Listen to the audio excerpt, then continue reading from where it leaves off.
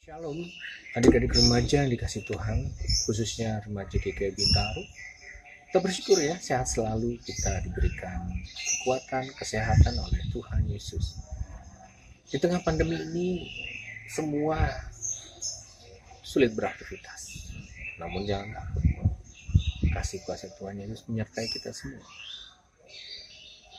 Kita semua masih diberikan kesehatan, kita bersyukur. Lalu bisa beraktivitas, walaupun tidak sekolah, tapi kita pasti punya kegiatan di rumah. Dikerjakan di rumah. Sekolah dengan online, bekerja dengan online, Bapak dan Mama. Bahkan ibadah, kita juga dengan online. Seperti yang kita lakukan saat ini. Nah, tema kita untuk minggu ini adalah evolusi. Apa itu evolusi? Kami sebelum memasuki renungan serta bacaan di dalam Alkitab kita, sebaiknya kita satu di dalam doa. Mari kita satu dalam doa. Bapa yang kudus, kami bersyukur Tuhan masih memberikan kesehatan buat kami semua. Terima kasih Engkau memberikan kegiatan, aktivitas walaupun secara online. Dan saat ini kami akan mendengar firman-Mu, berkati hamba-Mu, berkati anak-anak remaja supaya bisa mendengar firman-Mu dengan baik. Dan biarlah kasih kuasa Roh Kudus mau menyertai kami sendiri. Serahkan seluruh ibadah ini di dalam nama Yesus, Engkau Allah kami yang hidup. Amin. Anak-anakku yang dikasih Tuhan, bacaan kita dari Kejadian 1 atau pasal yang pertama dari Alkitab kita, ayat 1 sampai yang ketiga. Saya akan bacakan untuk kita semua. Lembaga Alkitab memberi judul Allah menciptakan langit dan bumi serta isinya. Ayat yang pertama, pada mulanya Allah menciptakan langit dan bumi. Bumi belum berbentuk dan kosong. Gelap gulita menutupi samudra raya, dan Roh Allah melayang-layang di atas permukaan air. Berfirmanlah Allah, jadilah terang. Lalu terang itu jadi. Amin. Yang berbahagia tentunya kita semua tidak hanya membaca, mendengar, tapi juga melakukan firman Tuhan ini dalam kehidupan kita sehari-hari. Haleluya. Anak-anak yang dikasih Tuhan, apa itu evolusi? Mungkin kita sering mendengar atau sudah mendengar di sekolah tentang evolusi, teori evolusi. Teori ini dipandang sebagai sebuah pernyataan bahwa manusia itu berasal dari proses evolusi yang lamanya berjuta-juta tahun. Dimulai dari zat yang sangat sederhana sampai berbentuk makhluk yang sangat kompleks yang disebut manusia.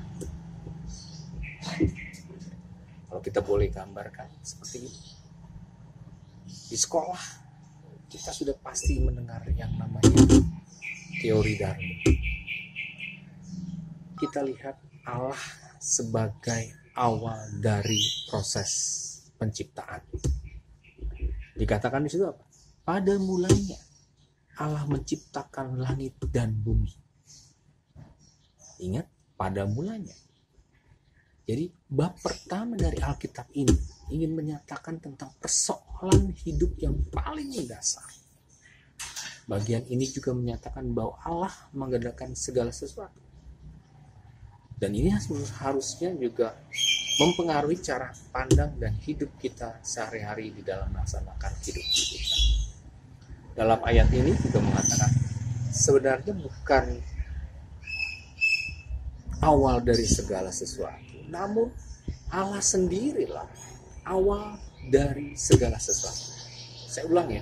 Jadi Kejadian 1 ayat 1 ini bukan awal dari segala sesuatu, tapi Allah sendirilah awal dari segala sesuatu.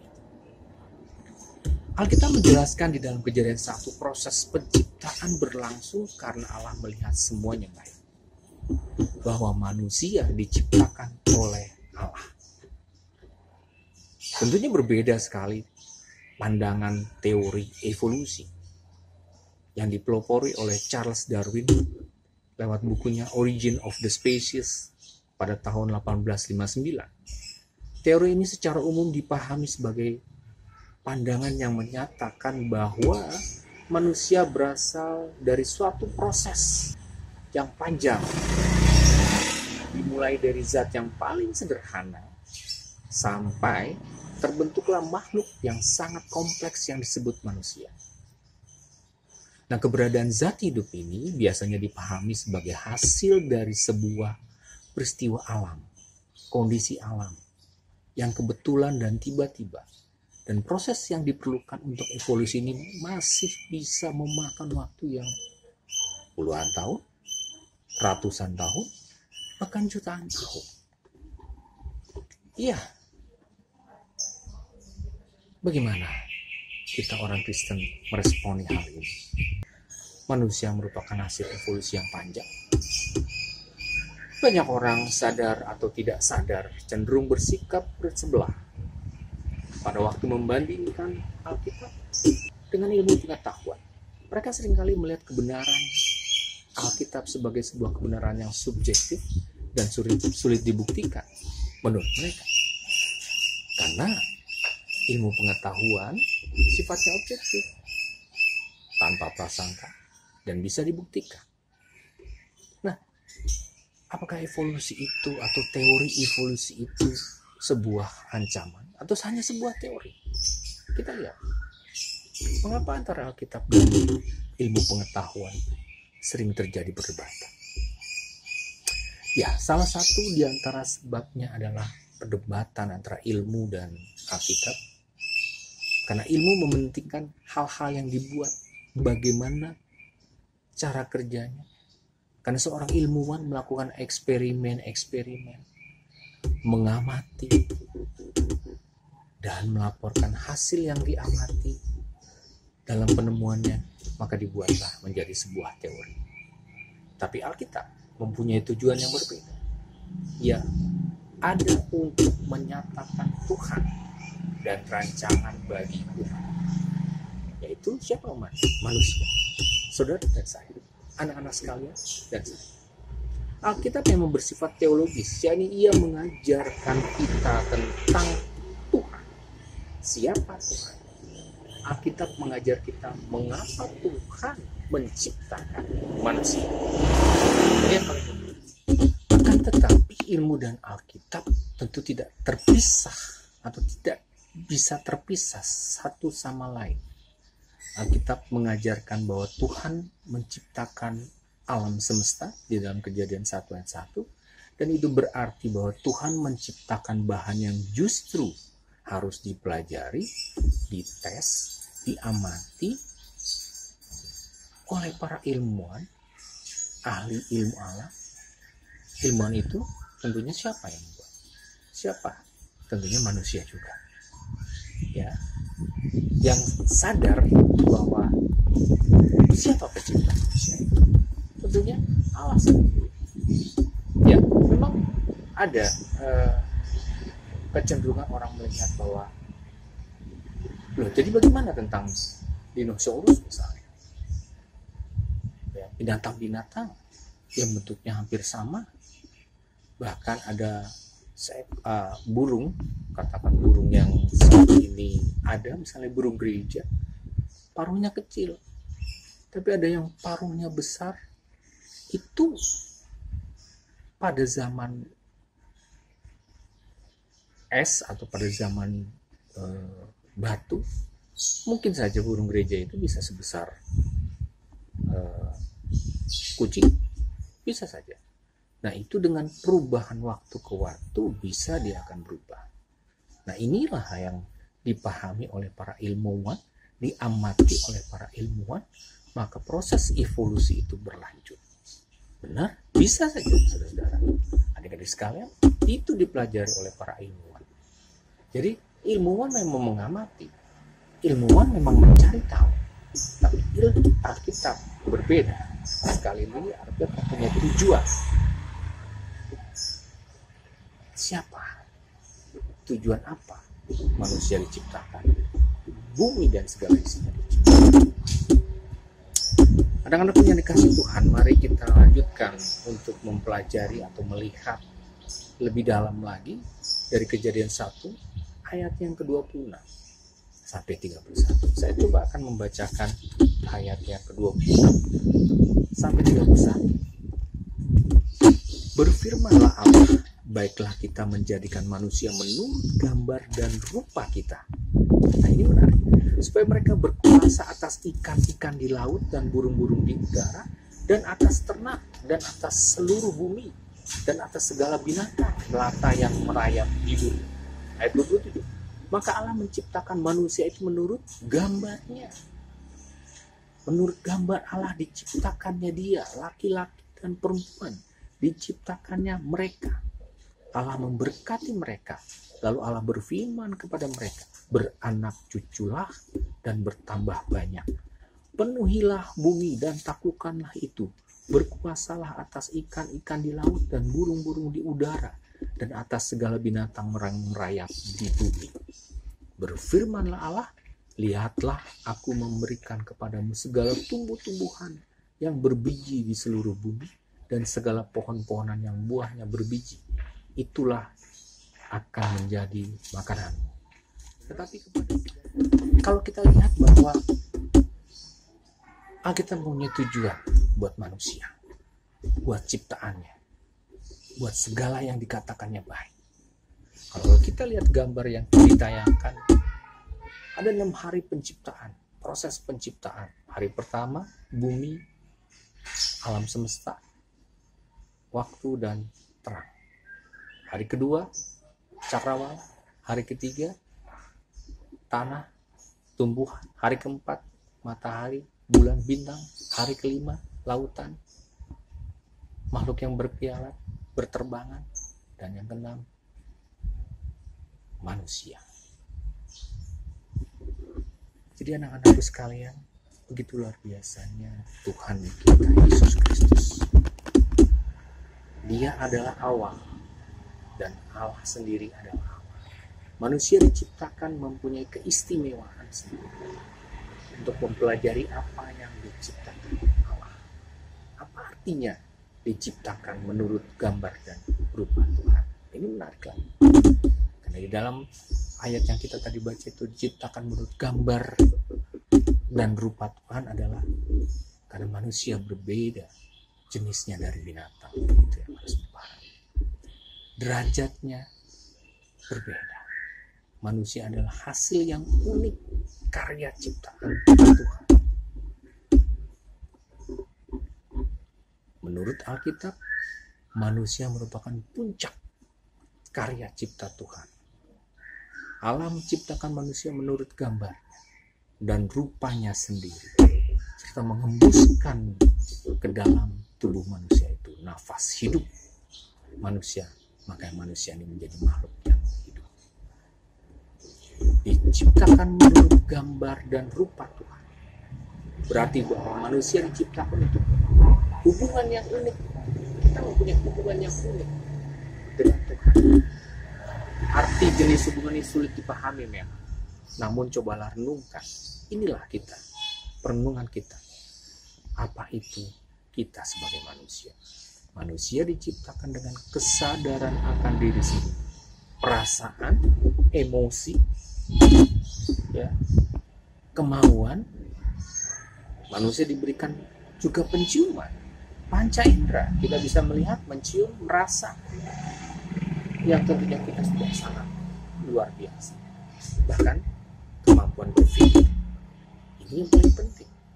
Orang bisa berpikir, ilmuwan bisa berpikir akan kesadaran Tuhan, siapa pencipta manusia itu.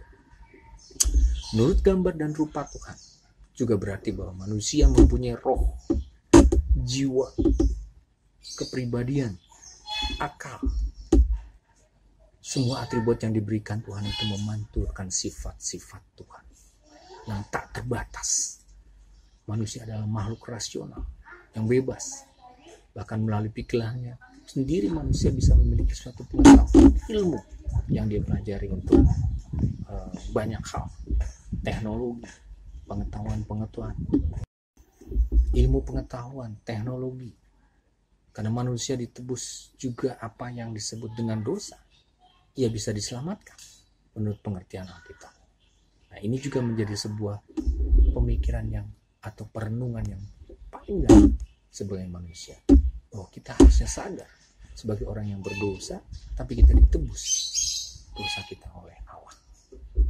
Alkitab juga berkata bahwa manusia diciptakan dari debu tanah, dan bahwa jiwa manusia itu berasal dari nafas Tuhan. Kejadian 2 ayat 7, yang dibuat menurut gambar dan rupa Tuhan. Dicipta menurut gambar dan rupa Tuhan juga berarti bahwa manusia ada di sini dengan satu tujuan, menjadi pengurus, menjadi pemelihara, penata layanan semua ciptaan Tuhan di bumi ini. Kejadian 1 ayat 28 sampai 31 tadi. Lalu sifat-sifat apa yang diperlukan untuk melaksanakan tugas menguasai seluruh bumi ini? Sudah tentu akal kita, kepribadian kita, tekad kita dalam diri manusia merupakan kelengkapan bagaimana kita memelihara bumi ini untuk melakukan tugas itu. Suatu hal yang jauh dari jangkauan binatang. Binatang mana bisa melakukan? Binatang hanya bisa hidup, makan, hidup, makan, makan untuk hidup. Ya, kebalikan, atau hidup untuk makan. Itulah binatang. Kalau manusia kan dia cari makan, kan untuk hidup. Lalu bagaimana saudara, anak-anakku yang dikasih Tuhan, sikap kita sebagai anak Kristen terhadap teori dini? Jangan melihat ini sebagai sebuah pemikiran yang ruwet. Kimiawan Anthony Standen meragukan hal ini. Dalam bukunya Science is the Screw, dia melihat teori ini sangat meragukan. Menurutnya tidak begitu pasti mengenai modus operandinya atau cara kerja dari apa yang ditemukan oleh Darwin. Standen bahkan bertanya-tanya bagaimana sang ahli biologi bisa merasa pasti bahwa hukum-hukum alam yang besar ini tidak diketahui dan tidak bisa diketahui. Jika tidak diketahui, bagaimana ia bisa pasti bahwa hukum-hukum alam yang besar itu ada? Jika tidak bisa diketahui, bagaimana ia bisa tahu pasti bahwa hukum-hukum itu logis? Standen juga berpendapat bahwa istilah mata rantai yang hilang itu menyesatkan. Karena bukan hanya satu mata rantai yang hilang, melainkan potongan-potongan besar dari rantai evolusi itu sendiri.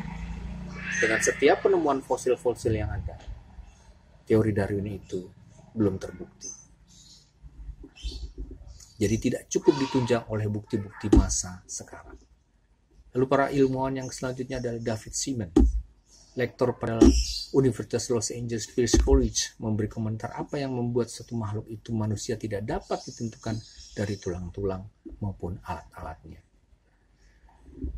Saudara, sebagai remaja Kristen, sudah sepatutnya kita memahami bahwa proses penciptaan itu luar biasa adanya.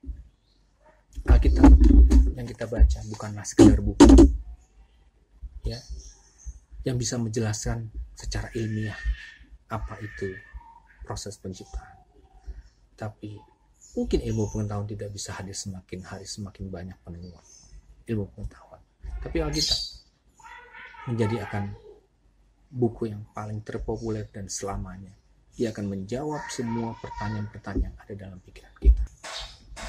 Sebagai remaja Kristen, sudah seharusnya memahami proses penciptaan yang tertuang di dalam Kejadian 1 yang sudah kita bahas tadi. Dan Alkitab bukanlah jawaban untuk penemuan-penemuan ilmiah tadi atau menjelaskan mengenai penjelasan ilmiah. Karena semakin hari semakin banyak penemuan, termasuk juga penemuan tentang virus yang saat ini melanda dunia. Pandemi ini walaupun belum ditemukan vaksinnya sampai saat ini, namun kita harus bisa memakai pikiran yang akademik. Pasti para ilmuwan akan menemukan vaksin corona ini. Karenanya siapakah yang memberikan akal dan pikiran pada Allah. Tentunya Allah melalui Rohnya yang kudus, dia akan memberikan penemuan-penemuan berhasil, memberikan jawaban-jawaban bahwa virus corona akan bisa berakhir. Dia akan berdampingan dengan kita, dia akan bersama dengan kita dengan virus-virus yang pun saat ini bisa ada vaksin. Remaja Kristen harus bisa menikah. Teknologi semakin canggih, penemuan semakin canggih, namun sadarlah bahwa semua itu adalah buatan manusia. Manusia diciptakan Allah dengan segala tujuannya. Alkitab adalah jawaban, karena di sini proses penciptaan itu terjadi. Tuhan selalu melihat ini sesuatu yang baik. Kenapa dia menciptakan saudara dan saya? Apa tujuannya? Itu yang paling hakiki kita perhatikan. Saudara dan saya adalah ciptaannya. Kita ada makhluk yang istimewa. Karenanya kita harus berkata, aku adalah kepunyaan Allah. Kiranya Tuhan memberkati kita dan melakukan kehendak-Nya dengan benar. Amin. Kita satu dalam doa. Kami berterima kasih Tuhan Yesus untuk firman-Mu yang memberikan kami kekuatan, mengingatkan kami bahwa kami adalah ciptaan-Mu. Karenanya Bapa, berkati anak-anak remaja sekalian, berkati kami sebagai anak-anak-Mu, supaya kami bisa melakukan kehendak-Mu dengan benar. Karenanya Bapa, kami serahkan setiap langkah-langkah kami ini ke dalam tangan-Mu, termasuk bumi dan segala isinya, termasuk juga pandemi ini yang sedang melanda dunia. Dalam nama Yesus, Engkau akan memberikan pemulihan kembali. Terima kasih untuk ibadah ini, dan kami serahkan seluruhnya di dalam nama Yesus, karena Engkau Allah kami yang hebat, yang luar biasa. Terima kasih ya Bapa, di dalam nama-Mu Yesus kami berdoa dan mengucap syukur. Amin.